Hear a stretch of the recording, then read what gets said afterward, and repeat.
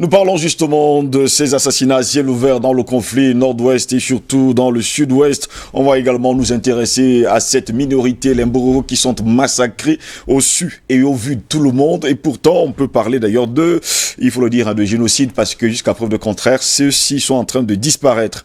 Woum, c'est quelque part justement dans le nord-ouest. Nous sommes là dans la région du nord-ouest du Cameroun. Il n'y a que 78 kilomètres qui séparent Bamenda, le chef-lieu de la région du nord-ouest de la ville de Woum, chef-lieu du département du Mentioum. Il faut emprunter une voiture ou un véhicule tout-terrain pour y arriver avec au compteur 3 heures de route. Si le chemin mène à Woum à partir de Bamenda, l'on doit traverser 14 checkpoints, barrières de contrôle, à la fois, il faut le dire, gérées par les forces locales et d'un autre côté, plus loin, par les séparatistes anglophones.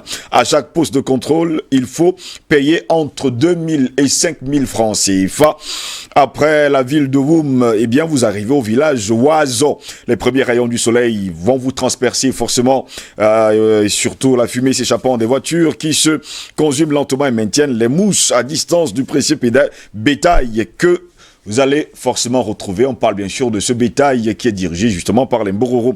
C'est au village Oizo que plus d'une centaine de Mbororo ont fui leur range de bovins après les attaques répétées et la confiscation de leurs troupeaux, soit par des hommes inconnus, soit par des groupes armés. Les Mbororo disent qu'ils sont pris pour cible parce qu'ils refusent de rejoindre ou encore d'assister les combattants qui déclarent haut et fort qu'ils veulent libérer justement le nord-ouest et le sud-ouest.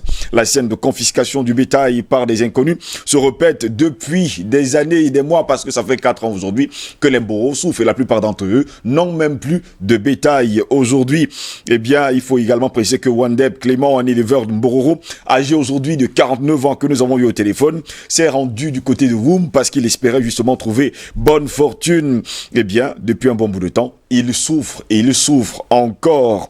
Je l'ai eu encore hier au téléphone. Il me faisait savoir que actuellement, lui qui était propriétaire de pas mal de belles choses, de vaches, de moutons, aujourd'hui n'en a absolument plus du tout. Il a confié que des hommes armés et surtout des inconnus avaient saisi plus de 60 de ces vaches après qu'il ait refusé de payer 500 000 francs CFA à ces combattants pour les aider bien sûr à s'armer et surtout à manger. Le vol des bétail existe donc depuis bientôt 3 ans, mais il faut le dire que ces derniers mois, il a connu, il faut le dire, des changements très radicaux, parce que à la place, si vous ne donnez pas le bétail, eh bien tout de suite, soit vous êtes tué, soit vous êtes maltraité, fouetté, au su et au vu de tout le monde. Voilà donc la situation du côté de Oizo, dans ce village Mbororo, où se trouve d'ailleurs une belle communauté de Mbororo qui souffre, et plusieurs d'entre eux ont été tués, ont été d'ailleurs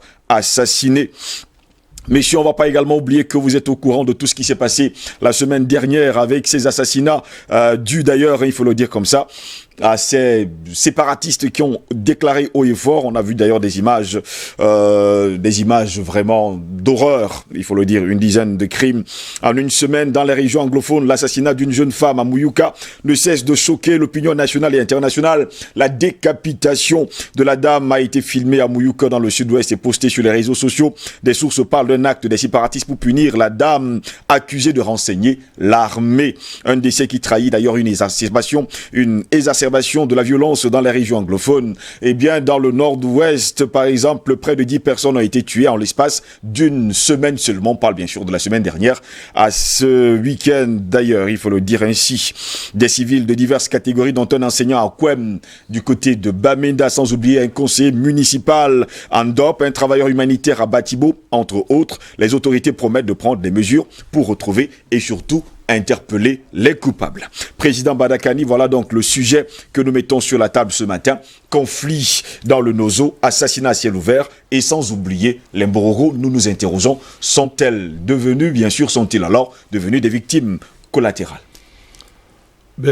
Tout d'abord, je voudrais commencer par m'arrêter sur la montée de l'indignation que j'observe dans le pays. Même si certains acteurs politiques, très impliqués dans la crise dite anglophone, brillent par leur silence, ce qui n'est pas surprenant. Moi, je voudrais plutôt interroger cette indignation qui monte. Mais qu'est-ce que les gens croyaient au départ? Pour nous qui avons été constants, dès le départ de cette crise, qui n'avons pas joué avec le feu, qui avons eu des positions claires et nettes. Quand je regarde les indignations tardives, ça me ferait sourire si ce n'était pas question de vie humaine, si ce n'était pas question de la dignité humaine. Vous savez, mon cher Ngoz, les symptômes d'une maladie représentent la maladie, sont la maladie. C'est pas ce que je veux dire. Vous voyez les symptômes d'une maladie, c'est à partir des symptômes qu'on remonte à la maladie. On voit l'essence même de la maladie. Qu'est-ce que je veux par là dire? Ce que les gens voient aujourd'hui et qui semble les indigner, leur horrifier, c'est la nature même de ce qu'on a appelé revendication anglophone. Et c'est pas ce que vous comprenez. Ça ne peut pas produire autre chose. C'est-à-dire, dès le départ, c'est ça. Une revendication mensongère, manipulation, qui masquait une entreprise vulgaire de banditisme international, de destruction du Cameroun et de continuation de l'émiettement de notre pays, qui a commencé depuis des centenaires, depuis au moins 100 ans. C'est cela qu'il s'agissait. Et des gens ont voulu justifier ça. On dit que non, ils sont marginalisés, les francophones ne sont pas sérieux. On nous a insultés, on nous a traité de personnes immorales, que les francophones sont des salauds. Je ne sais pas ce qu'on appelle francophones. Hein? On nous a dit comment est-ce que les prétendus, entre guillemets, anglophones, étaient les plus moraux de la terre, étaient des gens exceptionnels, n'est-ce pas, qui incarnaient la morale. On a dit comment est-ce que nous sommes méchants, nous avons trompé à Fumba 1, à Fumba 2. On a voulu raconter n'importe quoi. C'était de cela qu'il s'agissait. Ce que vous voyez là ne tombe pas du ciel. C'est l'essence même de cette démarche. C'est les motivations même de ce qu'on a appelé des revendications anglophones que vous voyez se manifester là. On cachait l'abjection. L'abjection. Les gens voulaient nous répéter ce qu'on a vu au Soudan. Les gens venaient nous répéter ici ces balkanisations des pays africains préparées dans les officines impérialistes. Je ne vais pas revenir sur ce que j'ai eu à dire à maintes reprises. C'est-à-dire que tout ça part de M. Kofi Annan, comme par hasard, toujours un nègre. Oui. Allez voir à l'OMS actuellement, c'est un nègre. Bamba, c'est un nègre. Chaque fois que dans le monde on veut faire des sales choses, les Illuminatis, n'est-ce pas, ces ennemis de l'humanité, vont toujours aller chercher un nègre pour le mettre en avant.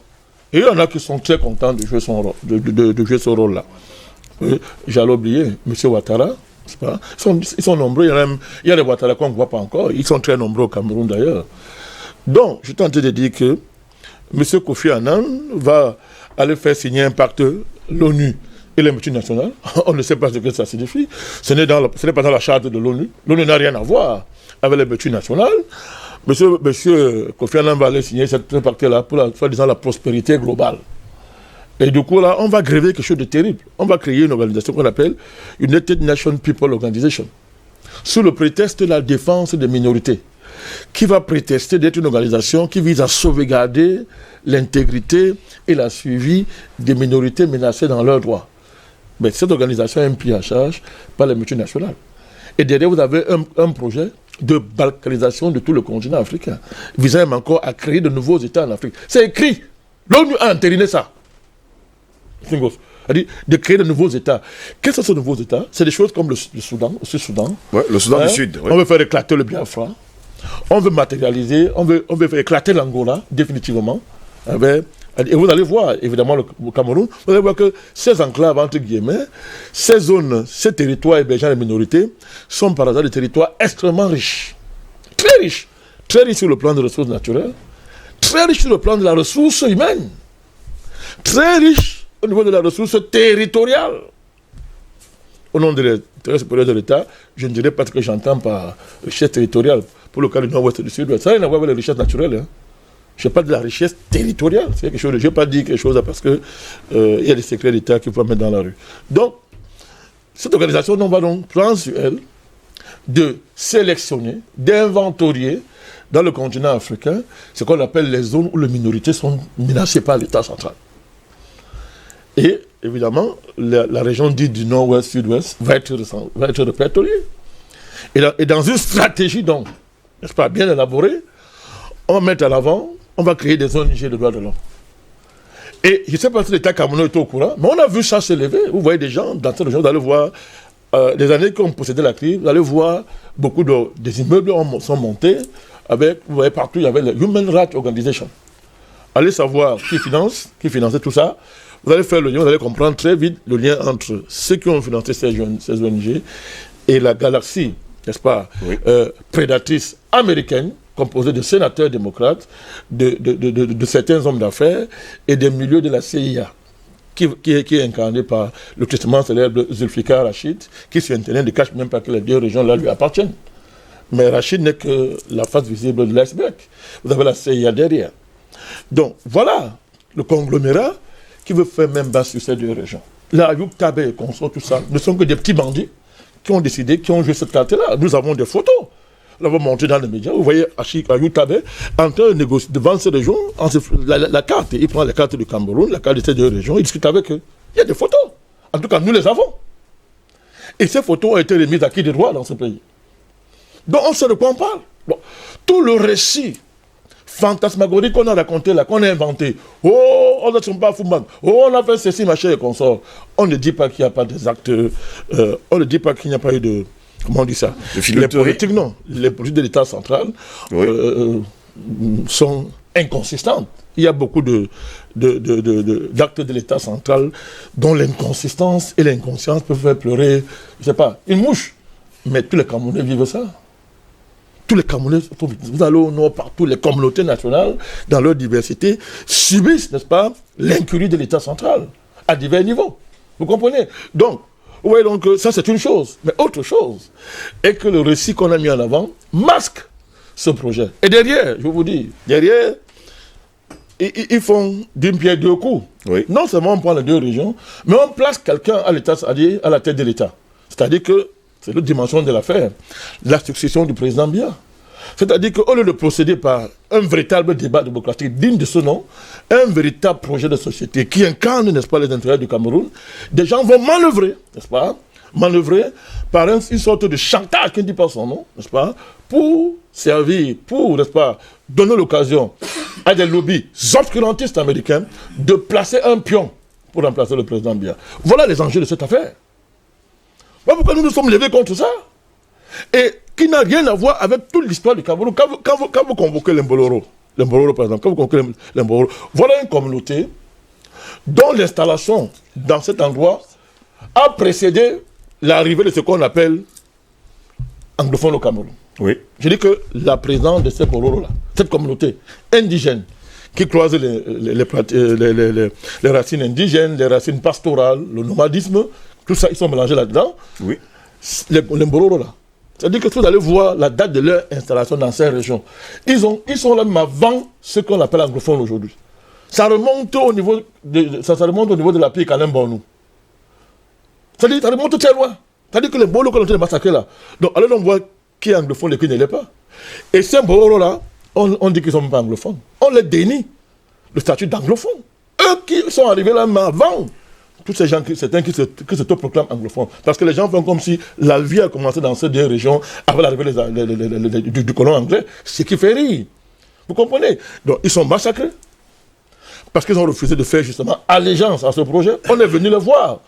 On a négocié avec leurs responsables pour dire que bon, financer, adhérer dans l'affaire. Ils ont dit niet, nous on ne peut pas adhérer à un projet qui vise à diviser le Cameroun. C'est comme ça qu'ils sont en train de massacrer. Vous avez été gentils. Ils ont écrit une lettre en 2019 au Congrès américain, oui, pour faire une leçon au Congrès américain. Ce Congrès qui veut détruire le Cameroun, Congrès américain, où on reçoit les gens qui veulent détruire le Cameroun. Ce Congrès américain qui a déclaré la guerre au Cameroun et qui va voir les conséquences. Parce qu'on ne touche pas le Cameroun impunément, même si on est soi-disant américain.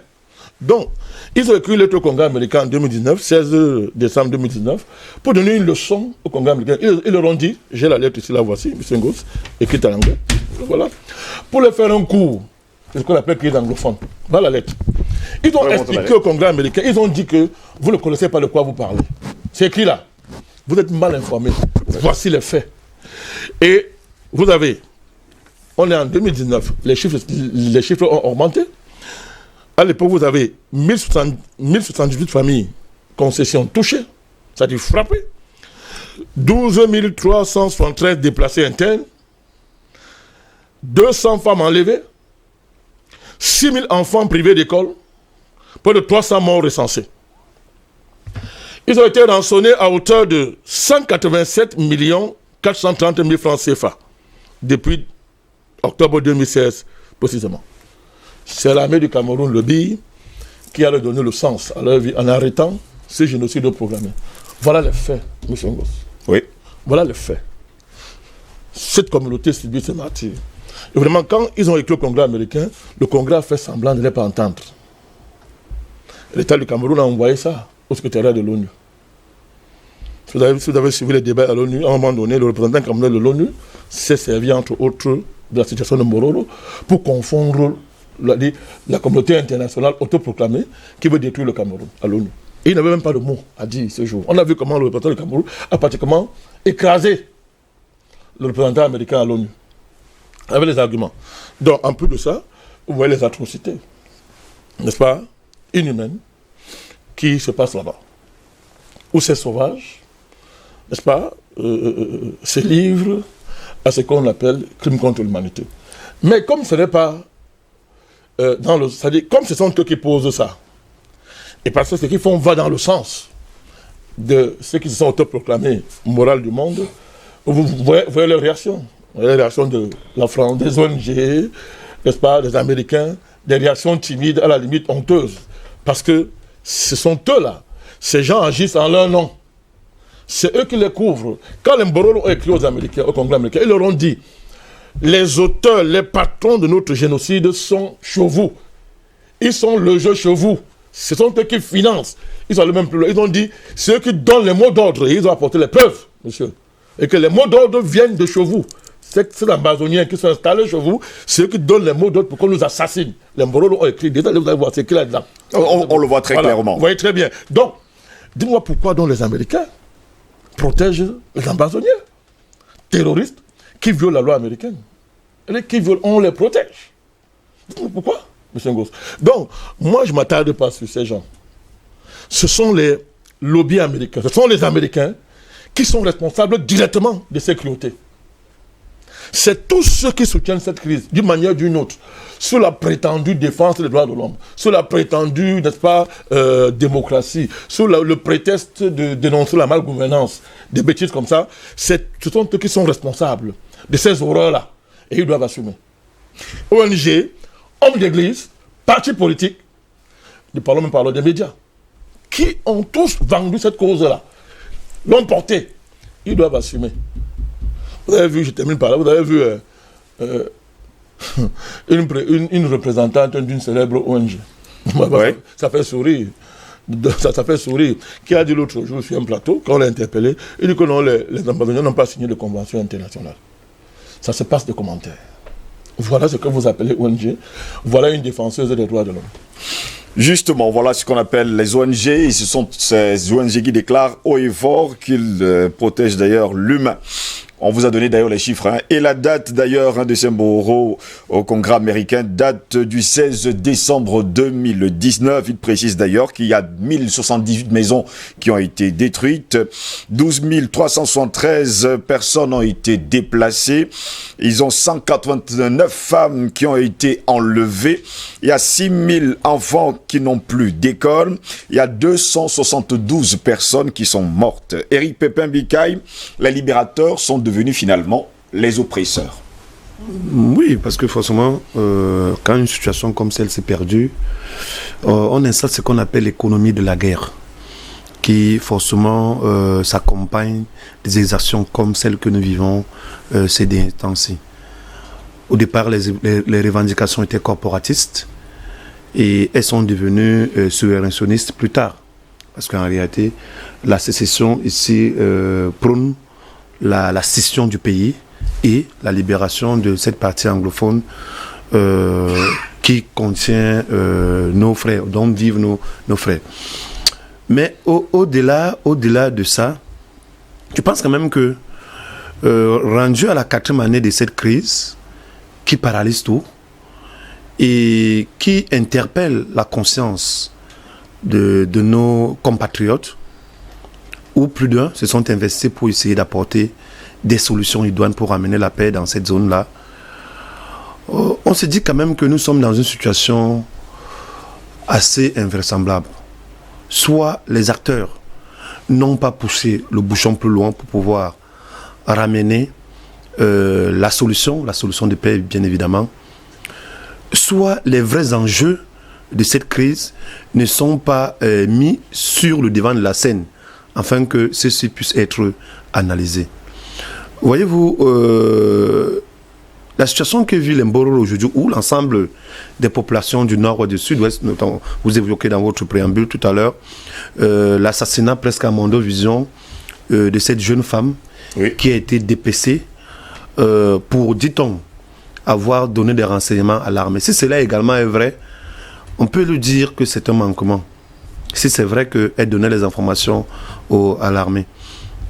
Tu es donc en train de dire que cette situation est de nature à susciter de l'émoi. Et je pense qu'il y a eu tellement de déclics dans cette crise qu'on aurait pu arriver à des solutions aussi idoines. Oui. Voilà. Et je convoque un peu l'histoire lorsque nous évoquons la guerre du Vietnam entre 1955 et 1975.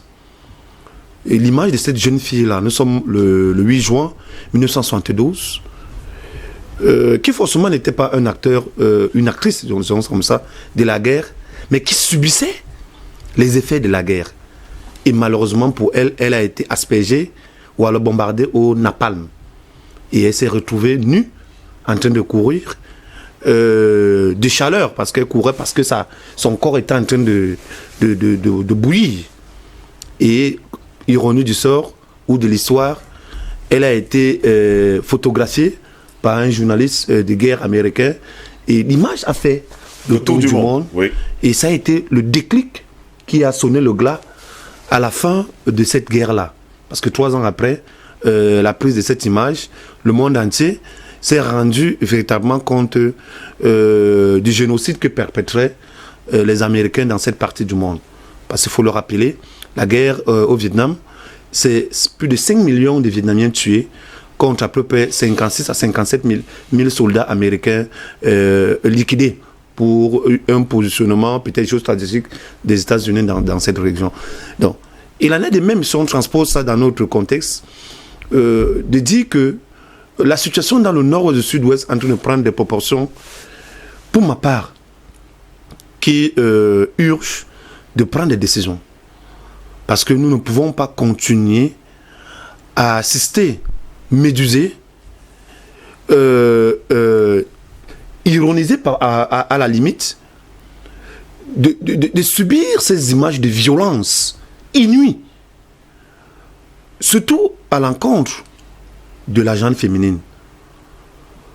Je ne dis pas que la gente masculine, puisque c'est elle qui est au premier front des revendications, elle doit être acceptée de ce qu'elle vit, mais nous avions déjà subi cette violence des images. On se souvient de la décapitation de Florence Ayafor sous le fallacieux prétexte qu'elle était fonctionnaire d'État. On se souvient de cette jeune fille dont la vidéo a circulé il y a 2 semaines, qui dansait, et puis quelques minutes après, elle s'est retrouvée égorgée sur du goudron. Et récemment, l'image de cette jeune femme qui est dont la tête est coupée comme du petit bétail. Mais également les images qui nous reviennent avec une violence inouïe de nos compatriotes Bororo du nord et sud-ouest, qui sont lâchement assassinés au quotidien à cause de leur position. Il faut également convoquer que la région du nord-ouest, comme celle de la Damawa, sont les 2 régions où le levage bovin est le plus accéléré, à cause de la disponibilité du pâturage dans ces 2 régions-là.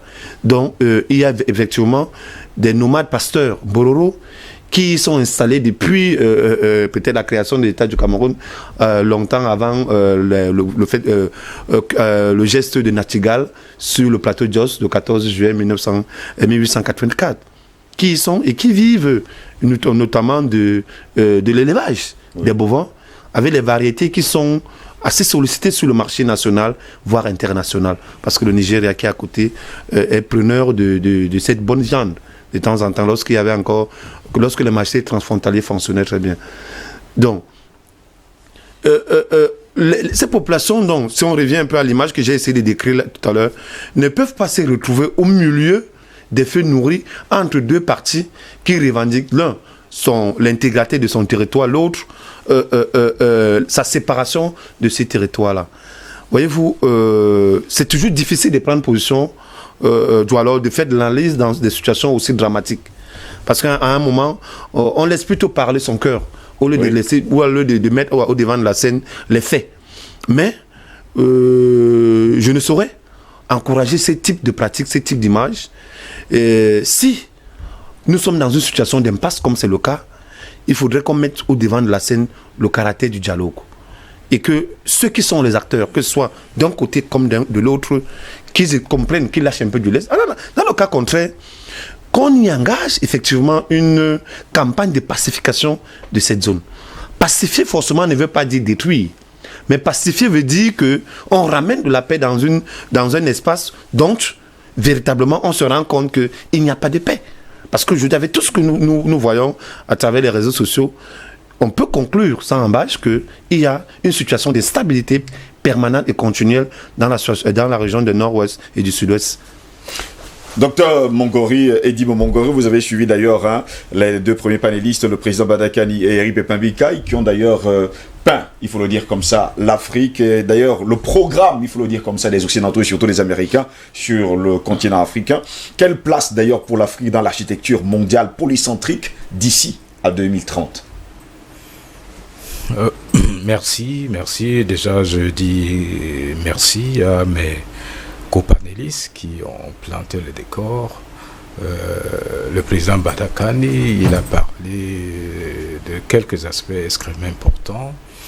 Naturellement, les dessous géopolitiques de ces problèmes de la crise anglophone.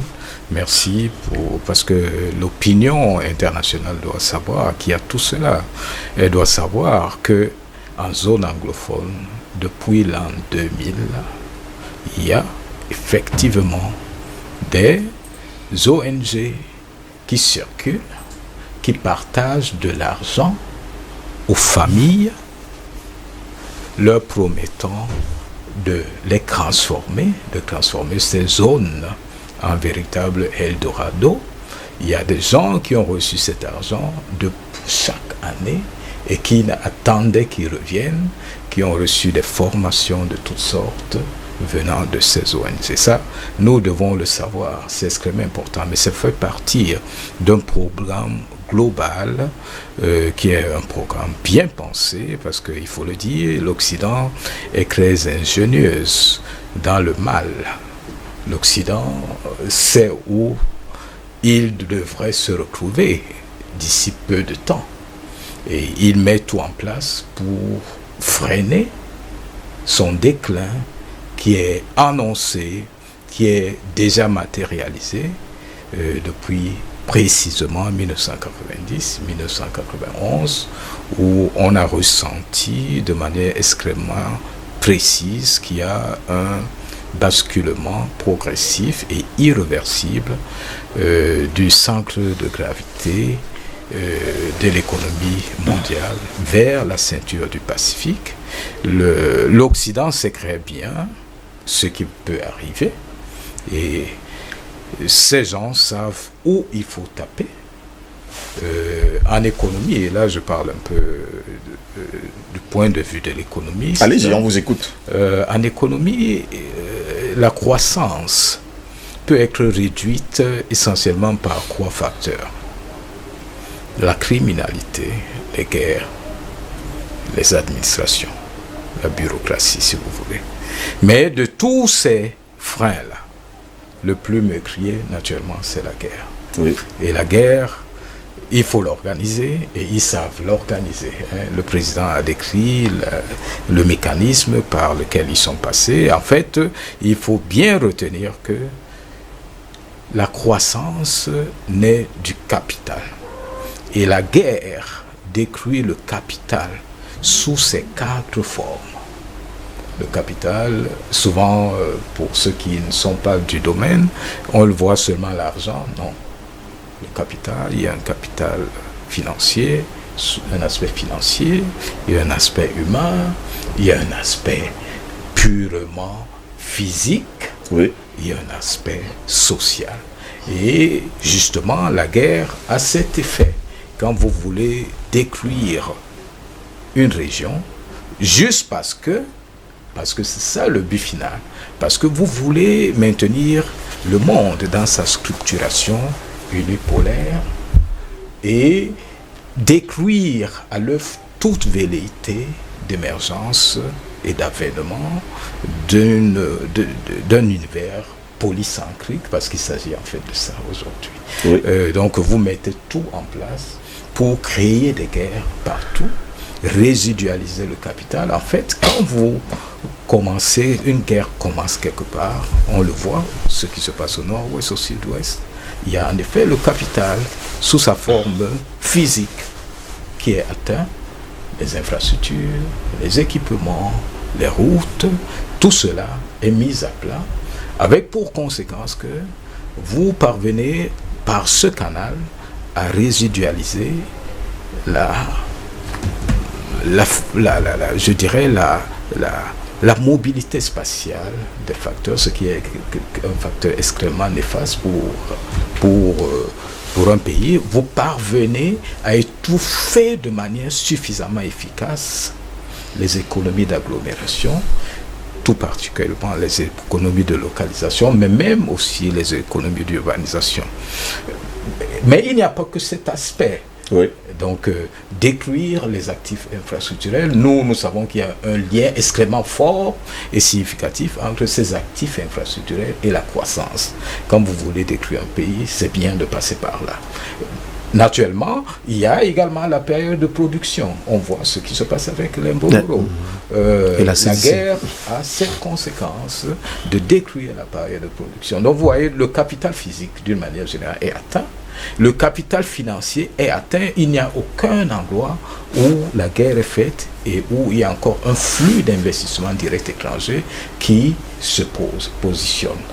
Donc, la guerre a cet effet d'éviction sur les flux d'investissement et sur le capital financier d'une manière générale. En période de paix, il peut avoir des fuites de capitaux de l'ordre de 9% du PIB, mais en période de guerre, d'après toutes les études empiriques, on arrive à 25% d'effet d'éviction des flux d'investissement qui pourraient accélérer la croissance. Donc vous voyez, sous ces deux aspects déjà, il y a beaucoup de mal qui est fait, mais pire, beaucoup de mal d'ailleurs. Beaucoup de mal, mais pire, lorsque vous installez la guerre, vous détruisez le capital humain, les déplacements des populations, comme les décès, oui. les handicapés, et tout cela est sans capital humain. Parce que c'est lui le plus important. Il n'est pas possible qu'une économie bascule dans les cercles vertueux de croissance et d'investissement. Donc, vous voyez, sous cet aspect également, il y a une perte énorme qu'on ne peut même pas chiffrer. Mais chaque fois qu'il y a une guerre, on sait que le PIB de la zone envahie est réduit de 15 à 30% en une année.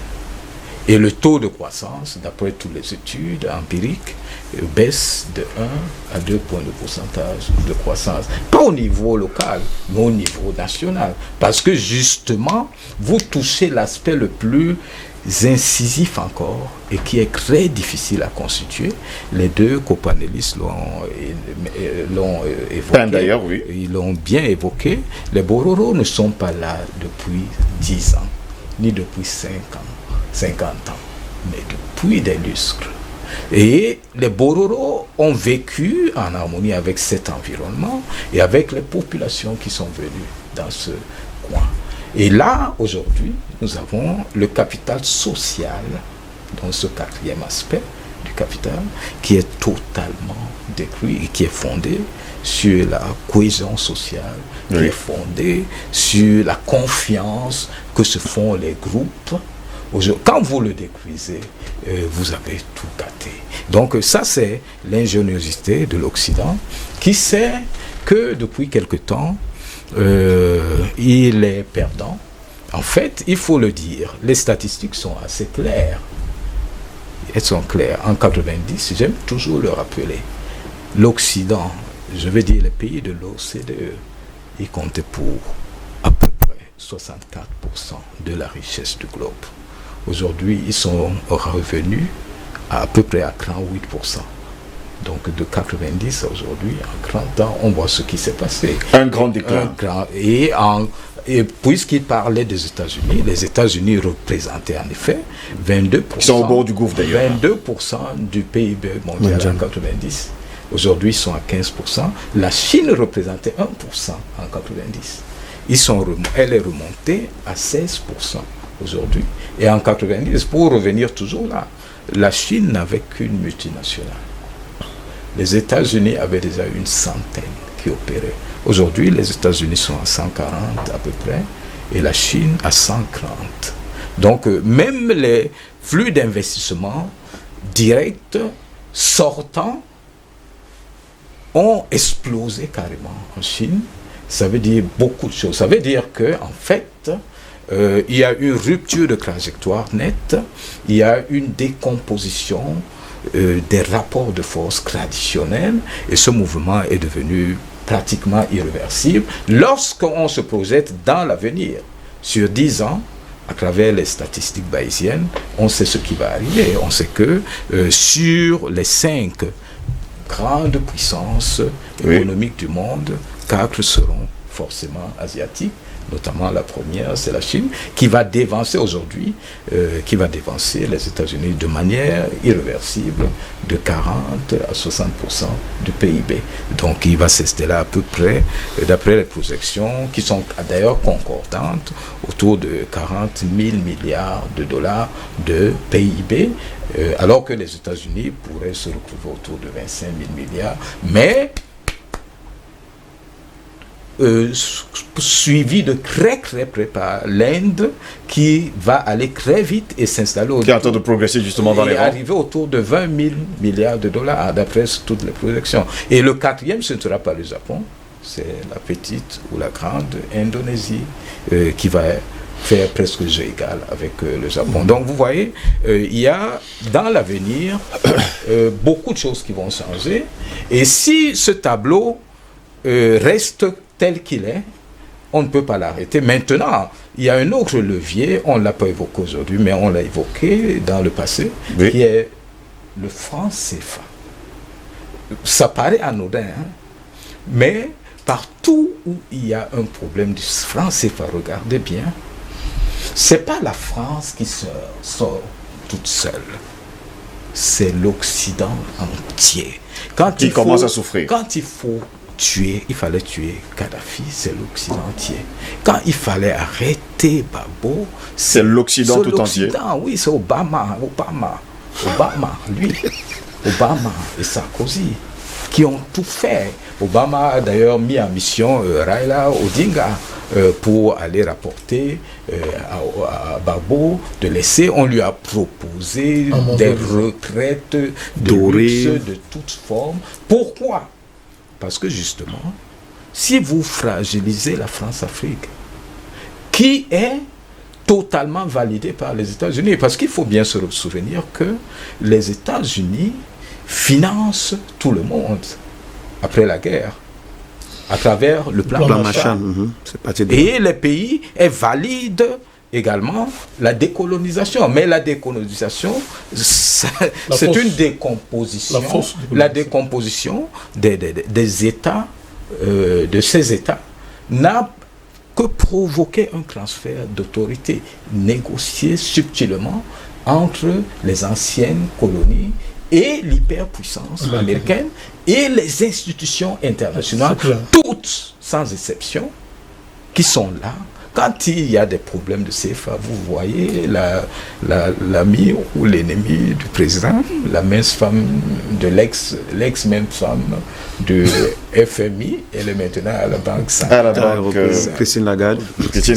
Elle descend rapidement pour dire allez dévaluer. Et quand vous dévaluez, vous perdez votre compte. Elle est juive. Donc, vous voyez, en fait, il y a une organisation extrêmement savante qui est savamment garder, savamment réfléchir, c'est la politique, savamment penser. C'est la géopolitique des États-Unis qui est mise en route, qui est aujourd'hui contrée par une autre géopolitique qui est peut-être plus performante, plus silencieuse, plus opérationnelle, qui est la géopolitique peut-être des autres qui ne sont pas comme eux, et c'est là où je veux chuter. Et qui dépensent moins. Allons-y rapidement, docteur. Le temps nous est imparti. Le problème est que, justement, ces gens-là qu'on voulait laisser loin de la prospérité, donc l'Afrique, sont justement obligés, même s'ils refusent, les Africains ne le savent pas, d'une manière générale, même s'ils refusent d'être prospères, ils le seront. Parce que aujourd'hui, les coûts de production se sont réorganisés positivement pour l'Afrique. Aujourd'hui, produire en Chine, c'est 4 fois plus cher.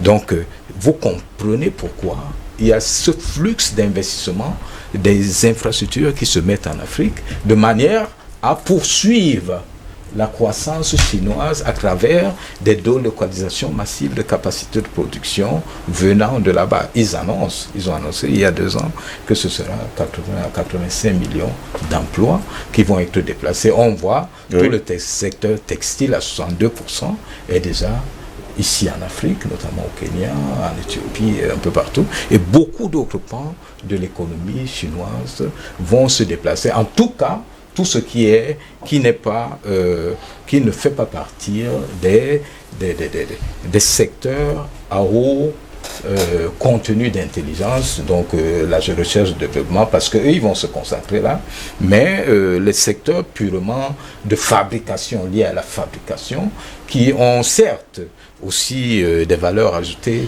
mais pas si importantes, vont rester dans d'autres, ils seront délocalisés ailleurs. Donc, moi, je dis merci pour la thématique. Merci également pour toutes ces explications. Ça nous montre jusqu'à quel point ce monde-ci est en train de, non seulement de se transformer, mais de se positionner positivement pour l'Afrique qui a été exclue dès le départ mais qui va en venir sur la scène. De toutes les dynamiques d'industrialisation. Parce que pour prospérer, il faut faire l'industrialisation. Pour bloquer l'industrialisation, on doit bloquer toute possibilité d'accès au stock d'infrastructures.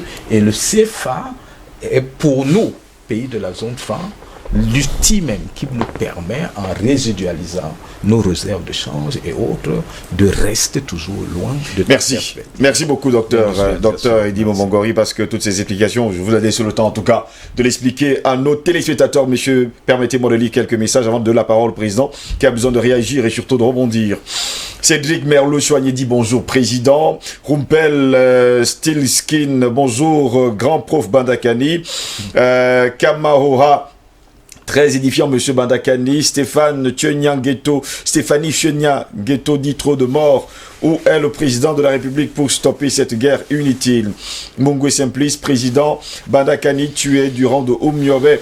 Eh bien, Stéphane Sullivan Onana déclare pourquoi lorsqu'on parle du problème du Nozo, on ne mentionne jamais la jeunesse du problème. Kilimanjaro Limited, cette firme qui avait acheté ces 2 parties du Cameroun des mains de Ayouk Tabé et compagnie. Eh bien, jusqu'à preuve de contraire, il y a Cédric Merleau-Choigné qui démarre. Vous êtes un grand homme, président Bandakani. Costa Rui déclare bonjour à tout le plateau de Dibiès. Je pense que nous avons dépassé le cap de toute résolution pacifique de cette crise. L'État camerounais connaît parfaitement où résident les principaux financiers et surtout les principaux financiers de cette crise. Il faudrait donc à cet effet que nos services secrets se servent de leur collaboration avec le Mossad pour mettre fin, mettre tous ces individus hors d'état de nuire.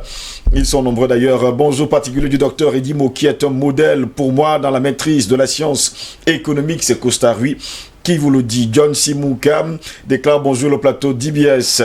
Costa Rui revient, déclare j'ai le temps, pas le temps accordé. Bon, c'est des insultes qui commencent d'ailleurs sur les réseaux sociaux.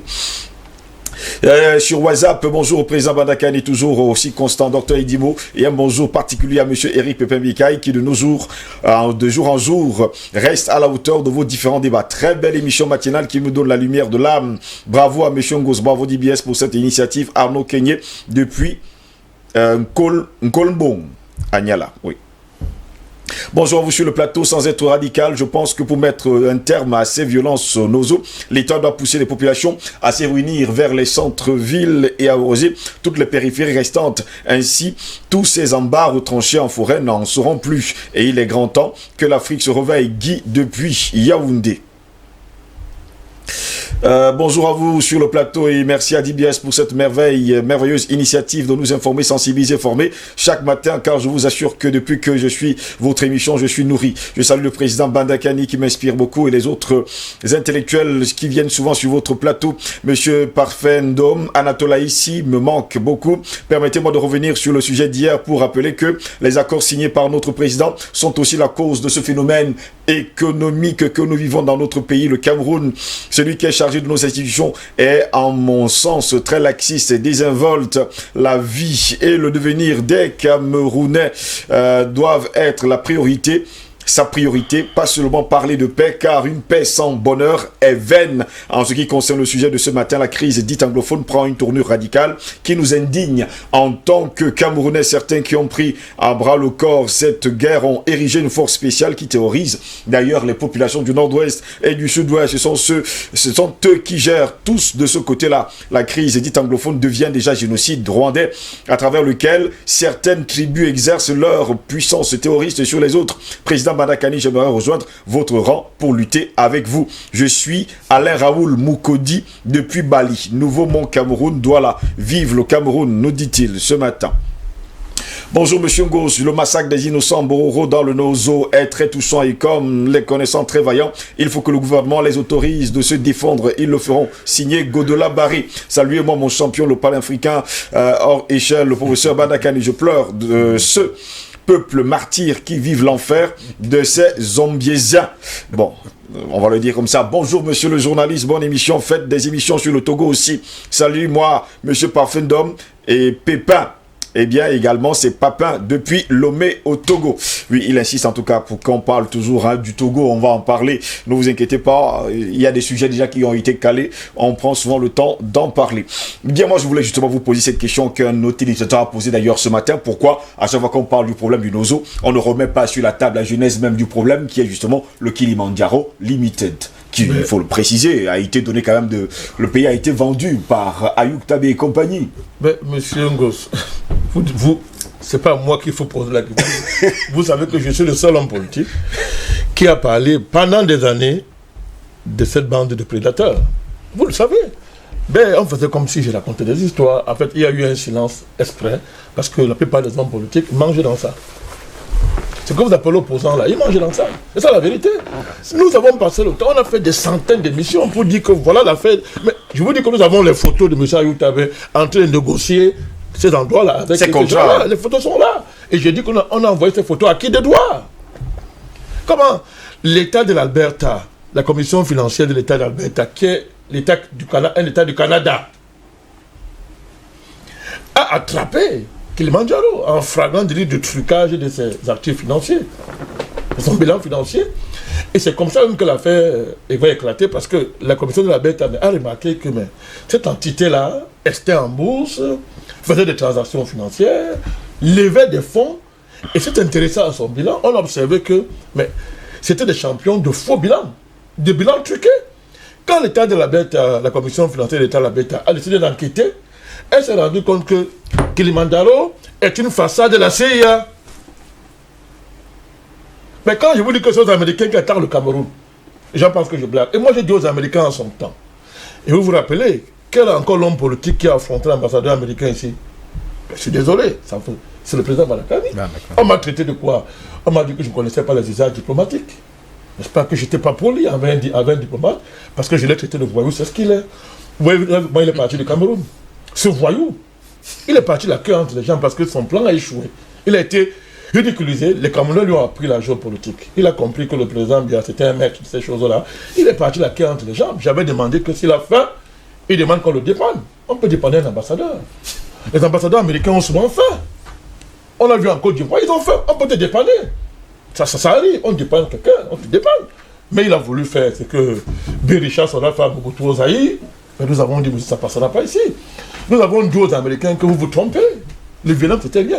Je le dis depuis 10 ans, M. Ngoz, qu'aucune force au monde ne peut déstabiliser le Cameroun. Je le dis, non. C'est moi qui le dis. Et si je me cache, ben on va voir. Et ce n'est pas l'Amérique. Moi, j'ai appelé les Américains un petit pays. Et si je me cache, c'est un petit pays, les Américains. Absolument. Et ils vont apprendre. Parce qu'un pays qui croit que la puissance pour la puissance est le fondement de l'État et des relations interétatiques est un petit pays. Il finit par s'effondrer. L'histoire est remplie d'empires qui se sont crus universels et qui un matin se sont effondrés comme des châteaux de sable. L'Amérique est dans cette voie. Donc c'est un petit pays. C'est un petit pays parce que vous hébergez les terroristes qui détruisent le Cameroun pendant que nous, on vous tend la main, on vous reçoit bien chez nous et on est tranquille. Donc l'Amérique a longtemps accumulé sur sa tête les armes de sa destruction. Et c'est là le coup est irréversible.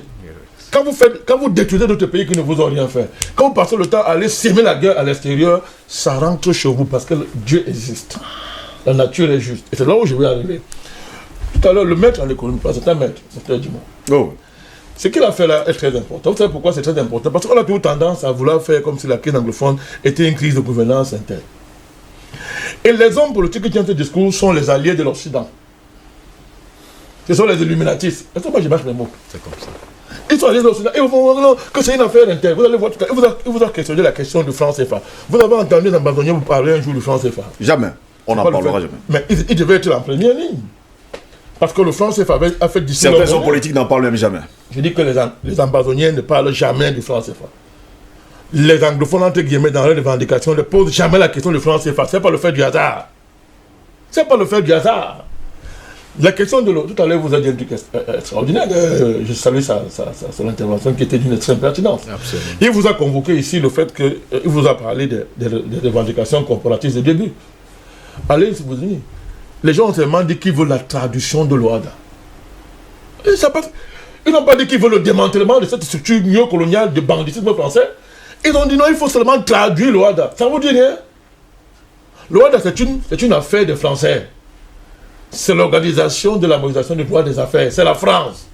Mais comment les gens me disent qu'ils sont common law de culture anglophone, qu'ils sont les anglo-saxons, ils sont même les lords. Mais qu'est-ce qu'ils font dans l'OADA? Ils demandent seulement qu'on traduise. Regardez la connivence. Regardez la connivence. Regardez la connivence. Donc quand tu fais les liens entre la question du franc CFA, quand tu fais les liens pour démontrer que la crise anglophone, dite anglophone, ce n'est que la manifestation, n'est-ce pas, dans ces deux régions-là, du projet des prédateurs internationaux visant à prendre le Cameroun, à s'approprier le Cameroun, dans une vieille tradition de balkanisation, de partition, de vol de terre camerounaise. Si vous regardez la bande, la bande qu'on appelle, quand vous regardez le Northern Cameroun et le Southern Cameroun, à l'époque, ce qu'on appelle le Cameroun occidental, mais regardez la portion de terre que nous avons perdue, M. Ngoz. Regardez la portion de terre que le Cameroun a perdue. Vous voyez que ce n'est pas nouveau. Et vous allez comprendre pourquoi, dans leurs revendications, ils ne mentionnent jamais le nom de Northern Cameroun. Ce n'est pas le fait du hasard. Vous ne parlez pas de Southern Cameroun sans parler de Northern Cameroun. Mais ils ne parlent jamais. C'est parce que le juge soulève ça, leurs revendications, ça meurt. Ça meurt direct. Parce que ça ramène l'histoire et ils sont discrédités. Ils ne parlent jamais de ça. Ils ne parlent jamais de Bakassi. Il y a des éléments qui vous montrent à quoi on a affaire. Pour les gens qui ont osé accorder le moins de crédit à cette aventure criminelle. Et cela n'a rien à voir avec les souffrances des populations qui sont victimes des comportements, comment on dit ça, des comportements de l'incompétence de ceux qui nous gouvernent. Ça n'a rien à voir, c'est deux choses différentes. Ah, c'est clair. Donc, moi je voulais ajouter à la suite du maître tout à l'heure, mon cher Ngoz. Oui. Il vous a parlé de ce qui se passe dans le monde. Et c'est irréversible. Vous savez, quand on parle de l'Indonésie, quand on parle de la Chine, quand on parle de ce qu'il a appelé le Pacifique, il y a une question fondamentale. Comment on a constitué ce qu'on appelle la Banque des règlements internationaux? Parce que vous êtes à la genèse du système monétaro-financier international. Vous allez comprendre d'où sort le FMI, la Banque mondiale. Comment ça s'est constitué? Sur la base du vol, du pillage de l'or asiatique après la Deuxième Guerre mondiale. Par qui? Par ceux qui ont décidé de faire même base sur le système monétaire financier international. Ce n'est pas vous. C'est les Rockefeller, c'est Rothschild qui sont au cœur de ça. Donc quand la Chine revient en force, l'Indonésie devient en force, ces grandes familles asiatiques qui n'ont jamais accepté qu'on les spolie de leur or, remettent sur la table la question du système monétaire international. Nous sommes à la veille du remplacement, du déclassement du dollar comme monnaie de référence internationale. Ce sont dit que c'est clair, quand on parle de géoéconomie, quand les gens ne comprennent pas ça, vous allez vous méprendre sur les enjeux. Et chaque fois que l'Occident a été menacé, elle s'est toujours basée sur l'Afrique pour s'y appuyer pour aller mener les combats géopolitiques internationaux. Il faut bien comprendre cette crise-là, la crise anglophone, mon cher ami. Je donne un autre élément pour qu'on comprenne bien. Alors nous parlons. Le coronavirus. Bon. Les Africains se sont contentés encore des récits que les voyous occidentaux nous ont racontés. Oh oui, c'était une pandémie, n'importe quoi. Alors nous parlons. Est-ce que vous savez que dans la mer russe, il y a une division de la guerre bactériologique qui a déjà produit son vaccin pour attendre que les Américains bronchent. Mais il y a une bonne guerre. Quelle bonne guerre? Je vous parle de guerre bactériologique. Oui. Non, je vous comprends. Et qui a intervenu en Italie. Je vous dis, à l'heure actuelle, les Américains, M. Trump a déjà sélectionné. Le vaccin américain est déjà là. Ils vont distribuer des centaines de millions de doses aux soldats américains en 2021. Voilà pourquoi Trump, là, nous, on le soutient pour l'utiliser. Hein. Sinon, lui-même, c'est un salaud. Ce sont des salopards. Parce que des gens qui prétendent un jour nous infliger des vaccins qui vont modifier notre structure génétique sont des criminels. Il faut les pendre au cou. Il faut les pendre au cou. Et les Chinois ont aussi leurs vaccins bactériologiques. Parce que c'est ça la guerre. Donc la guerre de demain, c'est celui qui peut rendre malade des portions entières de la population d'un pays. Et arracher les terres plus tard. Mais vous avez tout compris. Parce qu'après on dit que pour soigner, vous signez des contrats. Et l'enjeu de ça, c'est qui? Les Africains. C'est ça les Africains. Mais il y a une bonne nouvelle. Dans le sens de... Aujourd'hui, je lisais, quand vous lisez le Figaro, les médias français sont traumatisés. Ils disent, mais comment peut-on expliquer l'extrême résistance des Africains au coronavirus? Une du Figaro. Vous n'avez pas les hôpitaux. On a prévu le pire. Les bandits criminels de l'OMS, avec le négon de service qui est là-bas, ils ont prévu le pire pour l'Afrique, pour l'Afrique et le Cameroun. Monsieur qui dit qu'il est secrétaire général de l'ONU, qu'on devait complètement pendre et court. Moi, j'assume mes mots. Et on a dit que non, les Africains vont disparaître. Parce qu'ils n'ont pas d'hôpitaux. Ils sont sous-développés. Eh bien, c'est notre sous-développement qui nous permet d'affronter le coronavirus. Et les pays surdéveloppés sont à terre. Ce n'est pas le fait du hasard. Le monde a dit, Dieu est en train de parler à ces gens. Parce que l'humanité est composée de forces qui sont au-dessus de l'humanité. Des forces divines sont à l'œuvre. Et ça vous ramène à la question du Grand Lac. Il est démontré aujourd'hui que l'humanité est née dans les Grands Lacs. C'est ce que leur science dit. Mais non, c'est ça depuis. Vous comprenez? Et il est démontré aujourd'hui que ce qu'on appelle jardin d'Éden, c'est dans les Grands Lacs. Et lorsque vous regardez le centre de gravité de la dérive des continents, ça dit ce qui a permis que les continents émergent comme ça. Avant, c'était un seul. C'est disloque. Hein? Avant ça, le centre de la dérive, c'est où? C'est l'Afrique. Et ce sont les Grands Lacs. Pour vous dire quoi? Les gens qui s'amusent, s'il y a eu dérive des continents, il peut y avoir reconstitution des continents autour de son centre. Est-ce que vous m'écoutez? On vous comprend très bien, allez-y. Oui. Alors, je ne suis pas en train de m'amuser. Parce que moi, je crois que l'univers a été créé. L'univers a été créé. Je ne suis pas un athée. Je ne suis pas un malade mental qui dit que Dieu n'existe pas pour me faire Dieu à la place de Dieu, comme les Bill Gates et les autres, qui se plaignent pour Dieu au point de vouloir changer la structure génétique des êtres humains. Crime de crime, interdit par tous les traités, depuis Nuremberg, mon cher Gauss. Parce que quand je dis qu'il faut pendre les gens au cours, je dis que le président est excessif. Non, depuis Nuremberg, il est interdit de toucher au matériel génétique humain. L'ONU viole tout ça. Ils violent tout ça. Et un voyou comme Bill Gates se permet de traiter notre matériel génétique, mon Dieu. Donc, quand les gens disent que Dieu n'existe pas, et prennent la place de Dieu, mais le vrai Dieu va réagir. Moi, je suis un homme de foi, je ne me cache pas, et j'assume. Ça ne fait pas de moi quelqu'un, je ne suis pas religieux, je crois à la science. Mais je dis que la science est placée sous l'autorité de Dieu.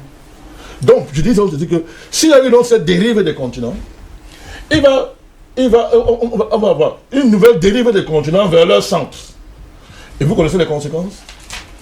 Des continents qui sont devenus satanistes, des continents qui célèbrent les valeurs de la mort, l'homosexualité, le lesbianisme, toutes ces bêtises-là.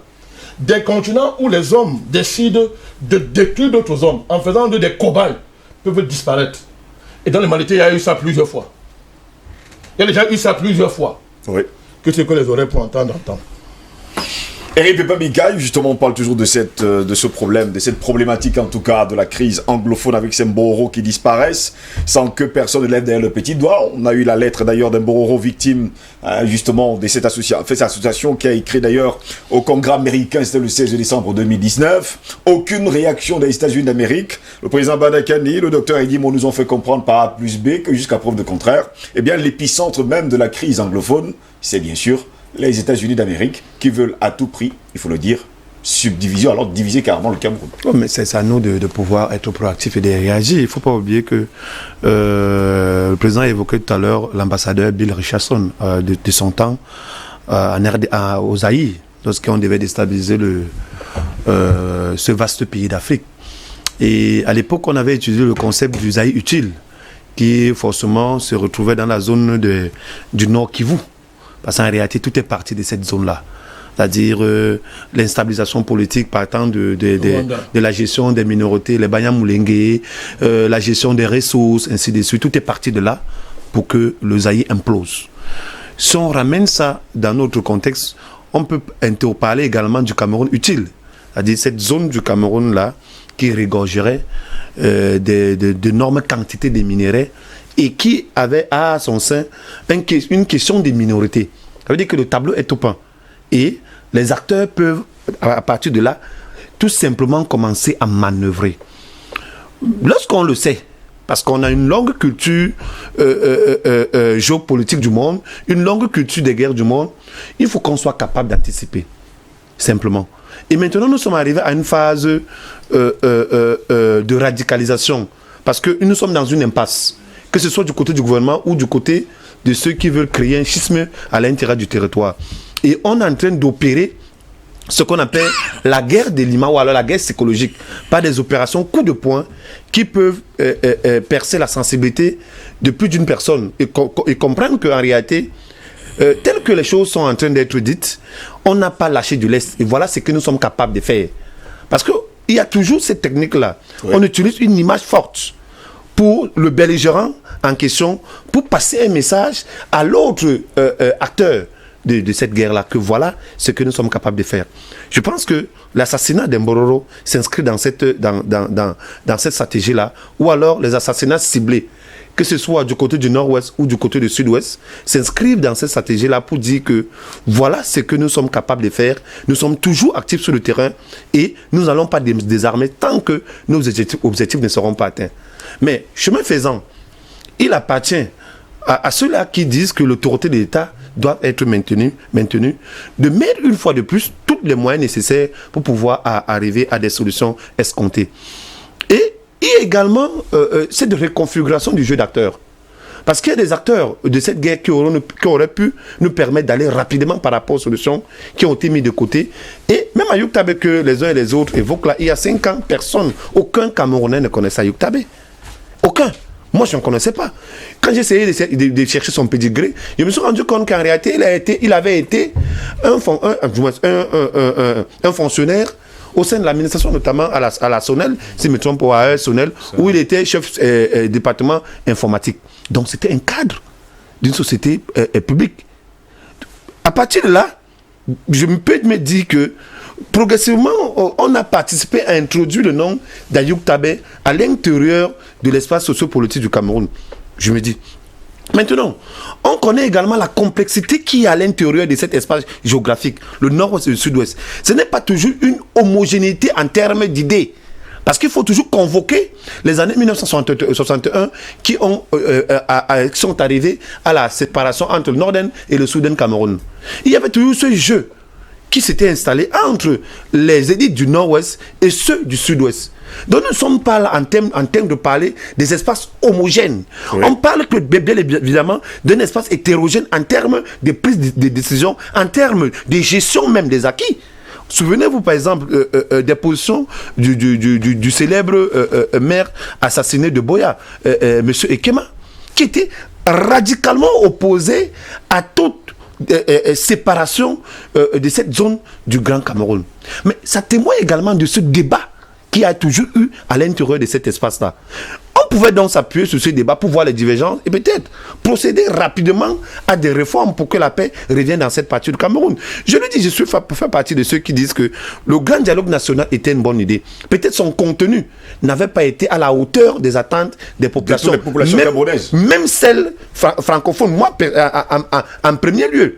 Parce que ça devait laisser cours à ceux qui devaient intervenir d'avoir une spontanéité dans leur intervention et non d'organiser les Camerounais en termes d'ateliers pour sortir de là un certain nombre de résultats. Mais on peut également s'en contenter parce que le grand dialogue national a parlé de la création des régions spéciales. Mais n'a pas statué longuement sur le contenu de ce qu'on met dans les régions spéciales.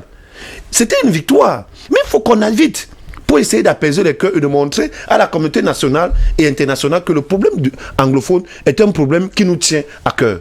Les tueries continuent, les gens continuent à souffrir, les gens continuent à se déplacer. L'économie est en berne parce que le docteur Edimo le disait tout à l'heure en parlant de l'économie sociale et de l'économie dynamique même parce qu'aujourd'hui la CDC ne fonctionne pas. Il faut à peu près 150 milliards aujourd'hui pour relancer une société qui était le deuxième employeur après l'État.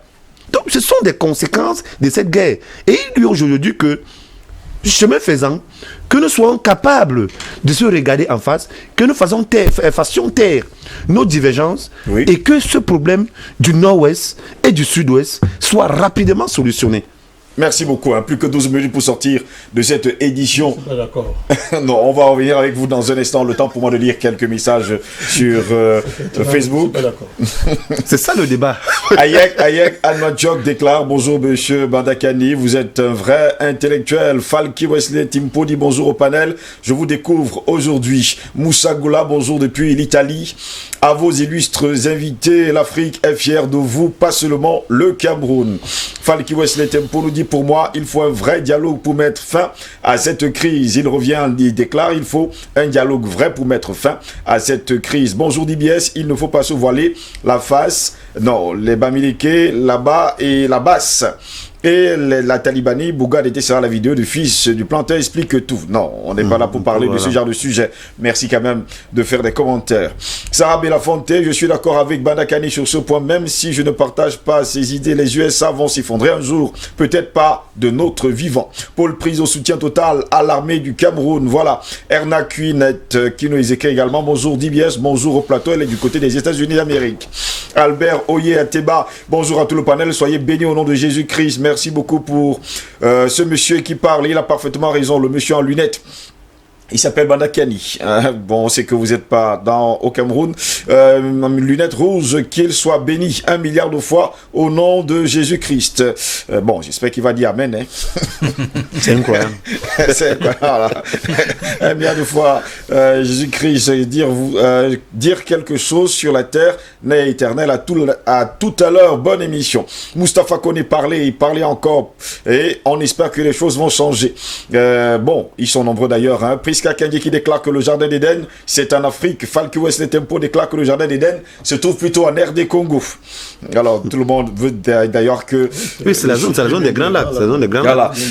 Albert Ouya Tebani, le monsieur a parfaitement raison. Un homme normal ne peut pas défier Dieu. Qu'il soit béni 1 milliard de fois au nom de Jésus-Christ. On parle toujours de vous d'ailleurs. Mougou Simplice, avec la crise dans le Nozo et la crise post-électorale, l'État du Cameroun, le président Paul Biya a démontré aux yeux du monde toute sa puissance, sa sagesse et la finesse politique et surtout géopolitique des Camerounais et des hommes qui incarnent leur institution. Moussa Goula dit bravo, vraiment bravo mon président Bandakani. Priska Kendi, soit béni président Bandakani. Bon, ils sont nombreux d'ailleurs, vous envoyez des messages. Je vais passer à WhatsApp. Bonjour à tous les invités de DBS, même si la nuit a été un peu dure. Un an de jour pour jour finira un jour. Le jour finira par se lever. Les interventions du président Bandakani me tuent seulement et que les Africains apprennent en tout cas les suivre. L'émission DBS est un 9h éducatif. Merci Christian depuis Douala. Bien le bonjour à vous, monsieur Ngos, et à tout votre panel. Un bonjour particulier à mon président Bandakani, toujours heureuse de déguster vos débats. Tout ce macabre, doit cesser pour une émergence complète de mon beau pays, le Cameroun. Madame Gosse, depuis Douala, fidèle téléspectatrice. L'être humain est devenu une bête qu'il faut abattre sans pudeur, sans pitié. Où va le monde, Seigneur? La personne n'a pas laissé son nom. Rebonjour DBS, cette tuerie dans le Nozo qui avait commencé par des revendications avait commencé par des revendications, est un plan ficelé aussi bien par les Camerounais de l'extérieur que ceux de l'intérieur. Je le dis parce qu'un État souverain comme le nôtre ne saurait être en guerre contre lui-même. Quand nos dirigeants, pour ceux qui en tirent profit, voudront bien que cette crise s'arrête, elle s'arrêtera dans le vrai dialogue national, n'a pas encore été tenu. Arnold Kenyé depuis Golbon, du côté de Niala.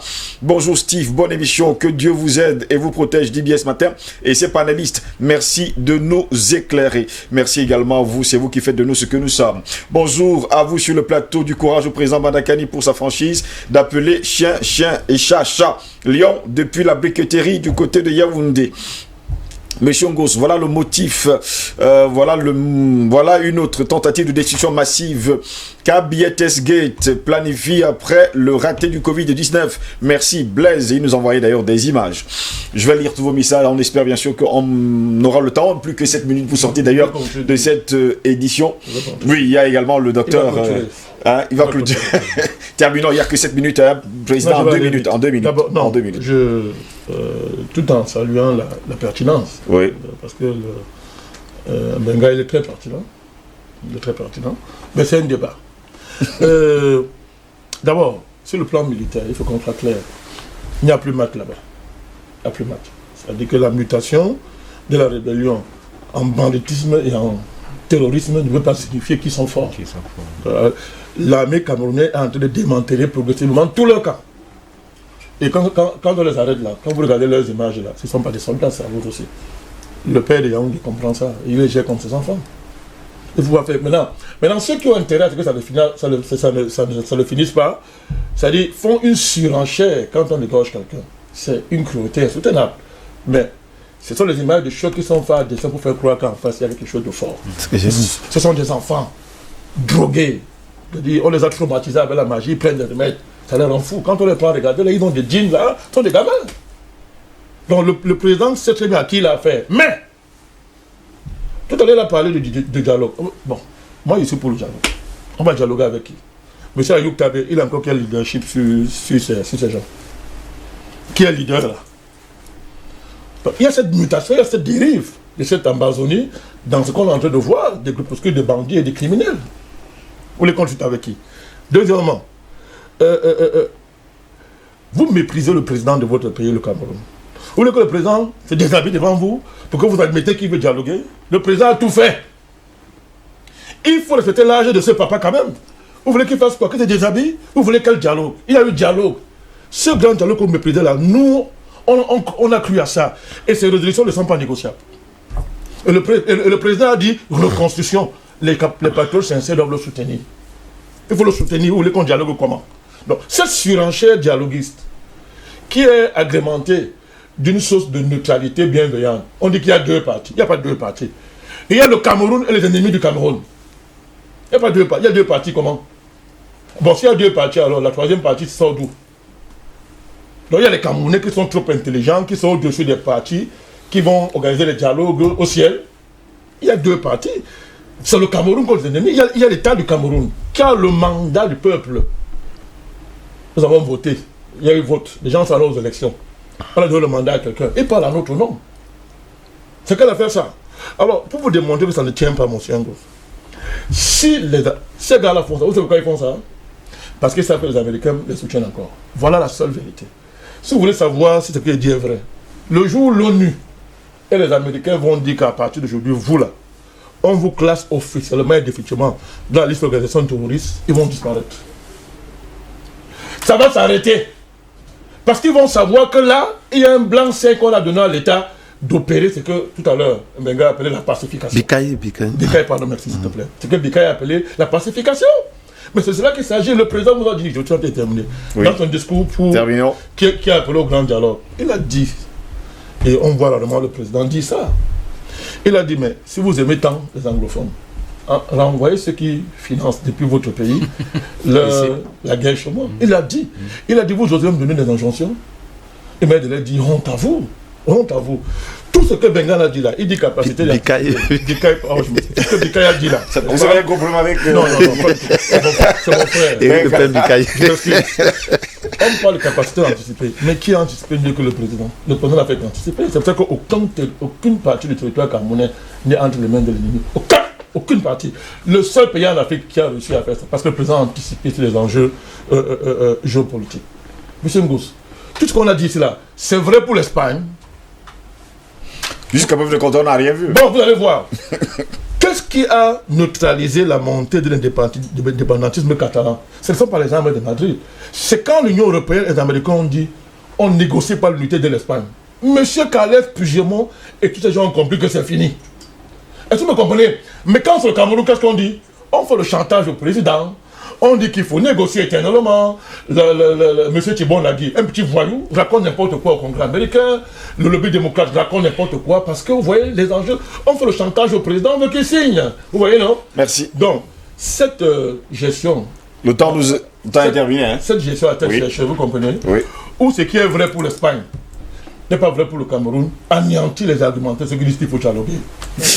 Vous avez le mot de fin, docteur Edimo. Bon, j'avais quand même une dernière question sur l'avènement justement d'un monde polycentrique d'ici 2030. Je voulais vous poser la question, est-ce qu'il est évitable? Est-il évitable aujourd'hui? Non, il y aura ce monde, mais permettez-moi de parler de Dieu, parce qu'en fait, c'est le plus important aujourd'hui. Hein. Cette thématique, elle est centrée essentiellement sur Dieu. Dieu fait beaucoup de choses. Je remercie Dieu parce que nous croyons en lui, nous, Africains d'une manière générale. Oui. La parole de Dieu, elle est claire. Hein. Et tout ce qui est écrit est valable. Ce n'est pas écrit pour rien. C'est écrit parce qu'il y a eu des situations bien avant. Beaucoup d'expériences douloureuses qui ont montré aux gens que si vous faites ceci, vous aurez cela. Si vous faites ceci, vous tuez, vous aurez cela. Si vous ne croyez pas, si vous ne protégez pas, vous n'aimez pas la vie, vous ne la chérissez pas, vous allez la perdre. Excusez-moi. Rapidement, le temps est fini, hein, c'est quelques secondes. Non, c'est terminé. C'est vendredi. Maintenant, c'est terminé, monsieur. Maintenant, il y a beaucoup de choses à dire. Maintenant, moi, j'ajoute juste une chose. La parole de Dieu, je viens là juste pour... Parce qu'il y a beaucoup de gens qui aiment ça. Deutéronome 28 dit tout ce qui se passe dans le monde aujourd'hui. Tout ce qui se passe dans le monde aujourd'hui. Explique ça. Si vous croyez en moi, si vous protégez ma vie, je vais vous protéger. Vous serez en haut et jamais en bas. Vous serez bénis dans vos champs. Regardez un peu l'Afrique pendant tout ce schéma. Vous allez voir. Vous serez bénis dans le fruit de vos entrailles. Regardez et vous allez comprendre. L'avenir du monde, c'est l'Afrique. C'est-à-dire que l'Afrique, dans 100 ans, sera la moitié de la population du monde. On a béni les entrailles, on a béni l'Afrique dans ses champs, 67% des terres, terres arables disponibles sont en Afrique, pendant que partout ailleurs, les terres sont épuisées, les réserves en eau sont épuisées, et surtout la population.